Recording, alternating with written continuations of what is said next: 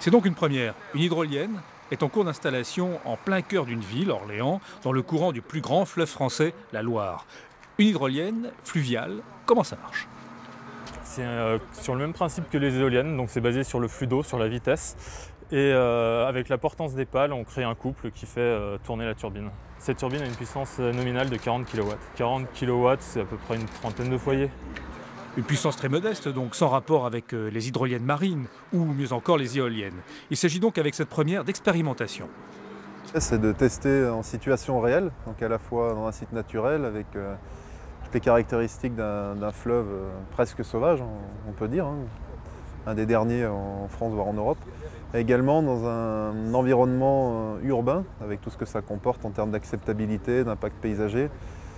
Une zone Natura 2000, donc une étude faune et flore très soignée, très rigoureuse, en particulier sur les poissons avec l'ONEMA et les différents services de l'État. Par la Loire, un millier de saumons remontent encore de l'Atlantique au Massif central, ainsi que des lamproies, des aloses, toute une faune dont il faudra observer le comportement face à ce nouveau petit obstacle. Par exemple, dans le cadre de la Loire, l'impact que ça pourrait avoir sur la migration des saumons. On sait bien que les obstacles sont déjà un frein à la migration.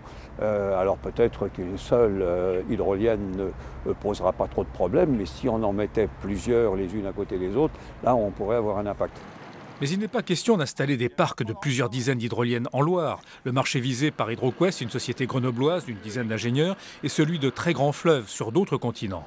Pour cette expérience, qui devrait ensuite mener à la création d'une filière industrielle française destinée à l'export, la ville d'Orléans a engagé 50 000 € de subventions au titre de son aide au développement durable.